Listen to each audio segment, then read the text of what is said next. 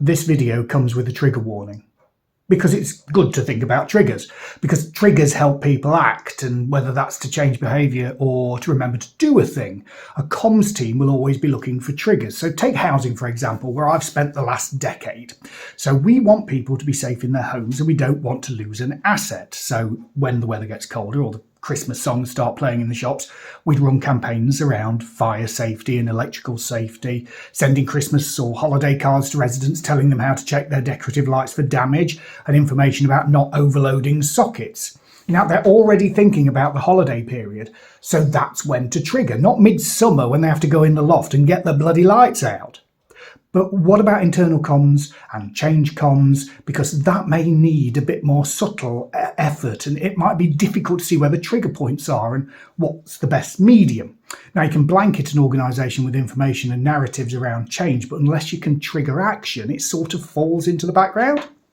Thing is, people don't always want triggers or think triggers are even there. Jonah Berger talks about it in his brilliant book Contagious. He recounts a study using two slogans on college students to see if they would eat more fruit and veg. One slogan, live the healthy way, eat 5 fruits and veggies a day, and the other, each and every dining hall tray needs 5 fruits and veggies a day. They were trialled against each other. So the group with the dining hall tray slogan said it was corny and they just didn't like it, but then ate 25% more fruit and veg compared to the other group. It was such a specific trigger, getting the tray in the dining hall, that it changed behaviour. Honestly, if you're interested in comms and messaging, get his book. It's pretty much essential. Anyway, back to triggers in change. I was working on a digital change project. It was an organisational-wide VoIP phone launch. The organisation were transitioning from desk-bound phones to hot desking and mobile integration. And there were videos and training sessions and emails, but people just weren't logging in. It wasn't in the rhythm of their day. Having to do a thing with a phone wasn't part of their startup routine. So my team sat down with ICT and mapped out what the actions of the morning were, from getting into the office to being ready for work. And we realised that there was an unused bit of messaging real estate that everyone in the organisation saw. Now, we had posters in the corridor, we had reminders on doors, and then a very simple message as desktop wallpaper. It was pushed out by ICT to all work computers, simply saying, log on to the phone system or similar.